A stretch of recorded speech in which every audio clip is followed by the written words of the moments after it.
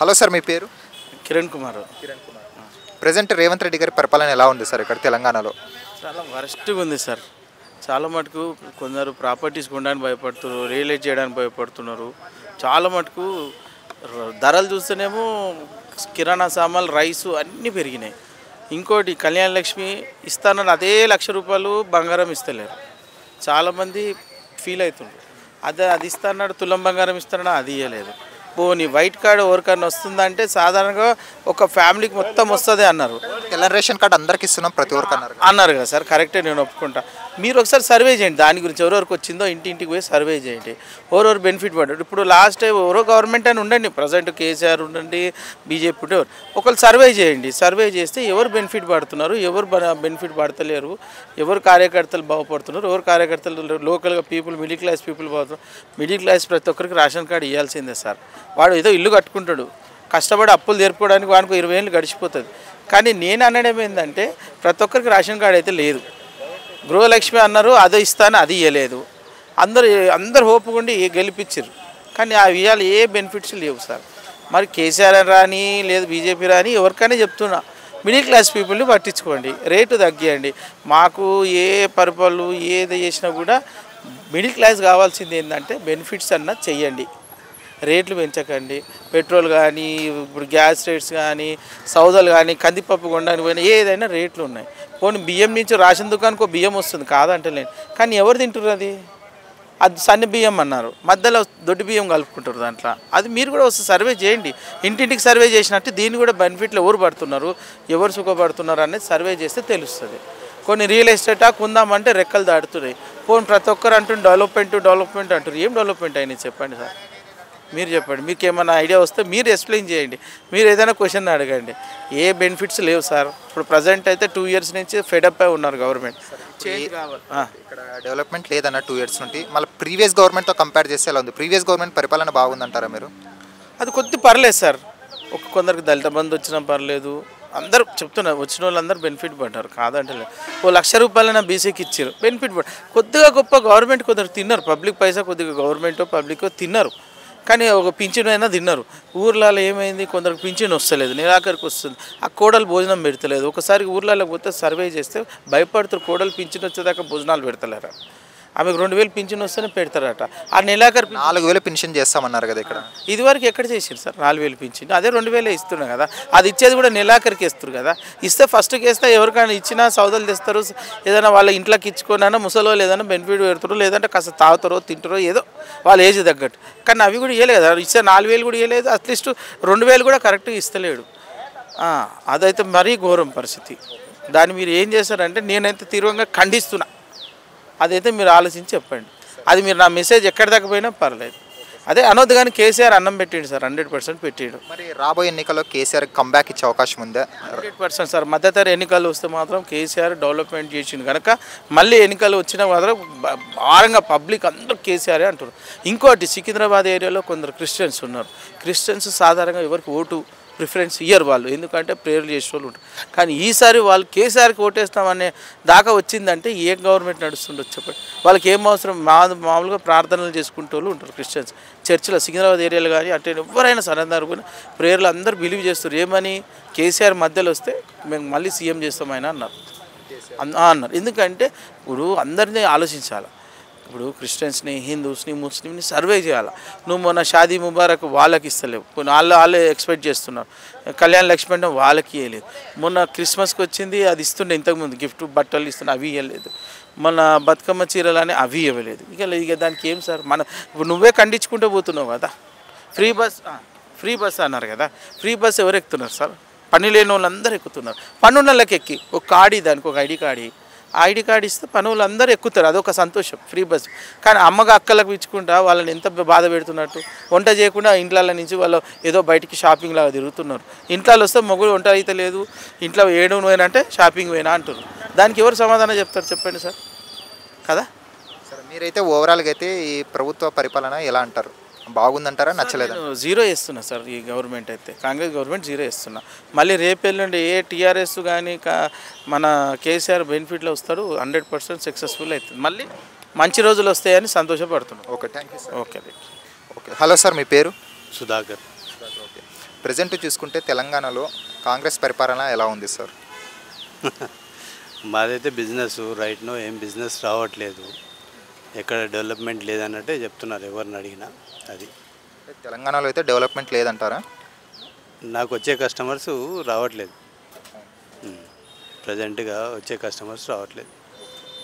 ఇప్పుడు గవర్నమెంట్ వచ్చి 1.5 year అయింది కదా సార్. ఈ 1.5 yearలో చూసుకుంటే రేవంత్ రెడ్డి గారు కొత్తగా ఏమైనా చేశారంటే మీరు ఏం చెప్తారు? కొత్త స్కీమ్స్ ఏమైనా ప్రవేశపెట్టారా? అలా దాని గురించి చెప్పాలంటే ఏం చెప్తారు? హైడ్రా కొత్త స్కీమ్, ఫ్రీ బస్, అందరు లేడీస్ని ఎక్కించేసి జెంట్స్ని కొట్టేసిండు. దానివల్ల లాభమా నష్టమా సార్? ఏది ఫ్రీ ఇవ్వద్దు, ఎందుకు ఇవ్వాలండి ఫ్రీ? ఏది ఫ్రీ ఇవ్వద్దు. ఇప్పుడు హైడ్రా ఫస్ట్ అందరూ భయపడ్డారు హైడ్రా రావడం వల్ల. ఇప్పుడు వర్షాలు పడితే హైదరాబాద్లో మొత్తం చెరువులు అయిపోతున్నాయి. ఇప్పుడు హైడ్రా వల్ల యూజ్ ఉందంటారా లేదంటారా? రెండు ఉన్నాయి. ఇప్పుడు విలాస్ కులగొట్టేశాడు, అది చెప్పారు, ఏదో చెప్పారు. విలాస్ కులగొట్టేసరికి ఇప్పుడు కాలేజ్కి వచ్చేసరికి ఇది అంటున్నారు, అది తప్పు కదా.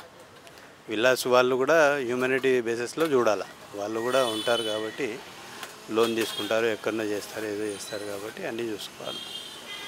ఇప్పుడు కాంగ్రెస్ అధికారంలోకి వస్తేనే 4,000 రూపాయలు పెన్షన్ ఇస్తామన్నారు. కానీ 1.5 year అయినా కూడా దాన్ని ఊసెత్తట్లేదు. కానీ పక్క రాష్ట్రం ఆంధ్రాలో చూస్తుంటే ఆల్రెడీ పెన్షన్ ఇస్తున్నారు, ఇక్కడ ఇవ్వట్లేదు కదా. దాని మీద మీ అభిప్రాయం ఏంటి సార్? పెన్షన్స్ అట్లాంటివి ఏమి ఇవ్వద్దు, ఎందుకు ఇవ్వాలా? అంటే స్కీమ్సే ప్రజలకి ఏమి ఇవ్వకూడదు అంటారా? ఇవ్వాలా, అవసరం ఉన్నవి ఇవ్వాలా, అవసరం లేని ఇవ్వద్దు. అనవసరంగా అన్నీ ఇచ్చేసి వాళ్ళను మనం బ్యాడ్ హ్యాబిట్స్కు పంపించేస్తున్నాం. ఎవరు పని చేయట్లేదు కదా, డిస్ట్రిక్ట్స్లో కూడా ఎవరు చేయట్లేదని తెలుస్తుంది. మేము వెళ్ళి చూడలేదు. అలాగే ఇప్పుడు చూసుకుంటే బీఆర్ఎస్ పార్టీ ఒక పరిస్థితి ఏమంటారు తెలంగాణలో? స్ట్రాంగ్గానే ఉందంటారా లేదంటారా? అది పొలిటికల్ అనాలిసిస్ మనకు తెలియదు కదా, చెప్పలేము అది. అంటే మరి పుంజుకునే అవకాశం ఉందా బీఆర్ఎస్ పార్టీ ఏమన్నా రాబోయే ఎన్నికల్లో? వీళ్ళు ఇట్లనే ఉంటే తప్పకుండా వాళ్ళే వస్తారు కదా, సెకండ్ ఒపీనియన్ ఏముందో చూసుకుంటారు. మీ అనాలిసిస్ ప్రకారం బీఆర్ఎస్ పార్టీ అంటే ఇప్పుడు ప్రజెంట్ కాంగ్రెస్ ఉంది, నెక్స్ట్ బీఆర్ఎస్ పార్టీకి ఎక్కువ ఛాన్స్ ఉందంటారా లేకుంటే బీజేపీకి ఎక్కువ స్కోప్ ఉందంటారా తెలంగాణలో రావడానికి? ఎవరు ముందుకు వచ్చి వాళ్ళు కరెక్ట్గా చేస్తామని చెప్తే వాళ్ళకు ఎక్కువ సపోర్ట్ వస్తుంది. వీళ్ళు చేసే తప్పులను ఎదుట ఎవరు ముందుగా ఫస్ట్ వస్తారో వాళ్ళకి ఇచ్చేస్తారు ఆప్షన్. ప్రజెంట్ చూసుకుంటే ఓవరాల్గా కాంగ్రెస్ పరిపాలన 1.5 yearలో సాటిస్ఫాక్షనా లేదా అన్సాటిస్ఫాక్షనా సార్ మీ అభిప్రాయం? ఇప్పటివరకు అయితే అన్సాటిస్ఫాక్షన్. ప్రజలైతే హ్యాపీగా లేరంటారు. ప్రజల సంగతి తెలియదు, బట్ బిజినెస్ పర్పస్ అయితే మేమైతే unhappy. Okay, thank you. Present చూసుకుంటే తెలంగాణలో గవర్నమెంట్ ఎలా ఉంది సార్? రేవంత్ రెడ్డి గారి పరిపాలన 1.5 year అవుతుంది కదా వచ్చి. రేవంత్ రెడ్డి పరిపాలన కేసీఆర్ కన్నా చాలా పర్వాలేదు, మంచిగానే ఉంది. లేడీస్కి కొద్దిగా బస్సులు ఫ్రీ అది ఇది ఇచ్చింది, కానీ ఈ బస్సులు ఫ్రీ ఇచ్చే బదులు మెడికల్స్, ఈ స్టడీస్ అవి ఇస్తే బాగుంటుండే బాస్. ఎందుకంటే ఇవాళ రేపు ఇంత చిన్న విషయం, హెల్త్ విషయం అయినా లక్షల రూపాయలు అవుతున్నాయి. ఆరోగ్యశ్రీ ఉంది కదా సార్, దాని అలాగే ఆరోగ్యశ్రీ ఉందన్నారు నామినేషనే, కానీ వాళ్ళ పైసలు వస్తలేవు అని పైసలు కట్టమంటారు. అది అన్నిటికీ పనికి వస్తలేదు. అది గవర్నమెంట్ ఫండ్స్ రిలీజ్ చేయలేదు అంటున్నారా? రిలీజ్ చేయంటారు. మినిమం మా పాప బీటెక్ అయిపోయింది, కేసీఆర్ గవర్నమెంట్ అది పైసలు పంపించలేని ఇప్పుడు 3 సంవత్సరాలు సార్ 4 సంవత్సరాలు సంది మా పాప అవి కాయిదాలు వేయలేదు. అంటే కేసీఆర్తో కంపేర్ చేస్తే రేవంత్ రెడ్డి గారిది ప్రజెంట్ బెస్ట్ అంటారా? రేవంత్ రెడ్డే బెస్ట్ బాస్, రేవంత్ రెడ్డే బెస్ట్. కానీ ఇప్పుడు ఫ్రీ బస్సులు ఇవ్వడం వల్ల లాభం అంటారా నష్టం అంటారా సార్? ఆ ఫ్రీ బస్సులు ఇచ్చే బదులు గవర్నమెంట్ హాస్పిటల్ని కొద్దిగా డెవలప్ చేసి మన పిల్లలకు ప్రైవేటు హాస్పిటల్ పోకుండా, ప్రైవేటు స్కూల్ పోకుండా ఇవి చేస్తే, ఫ్రీ బస్సులు బంద్ చేసి ఇవి చేస్తే బాగుంటుందని అనిపిస్తుంది నాకు. రేవంత్ రెడ్డి గారు వచ్చాక కొద్దిగా తెలంగాణలో చూసుకుంటే మార్కెట్ బిజినెస్ కానీ మార్కెట్ కానీ డౌన్ అయిందని కొంతమంది అంటున్నారు. మీ అభిప్రాయం ఏంటి? నిజంగానే అయ్యిందా తెలంగాణలో మార్కెట్ డౌన్? మార్కెట్ అంటే కొద్దిగా రియల్ ఎస్టేట్ డౌన్ అయింది, కానీ మార్కెట్ బిజినెస్లు అయితే అవి అన్నీ మంచిగానే నడుస్తున్నాయి. ఒక రియల్ ఎస్టేట్ డౌన్ అయింది. బీఆర్ఎస్ ఒక పరిస్థితి ఏంటి ప్రజెంట్ తెలంగాణలో? మళ్ళీ పుంజుకునే అవకాశం ఉందా? కేసీఆర్ గారు మళ్ళీ వచ్చే అవకాశం ఉందా రాబోయే ఎన్నికల్లో? రాదు సార్, మళ్ళీ రేవంత్ రెడ్డి వస్తాడు. ఎందుకు అనుకుంటున్నారు రారని? రేవంత్ రెడ్డి కొన్ని లేడీస్కు మంచి పనులు చేస్తుండు, కొన్ని సన్న బియ్యం ఇచ్చిండు బీదోళ్ళకు.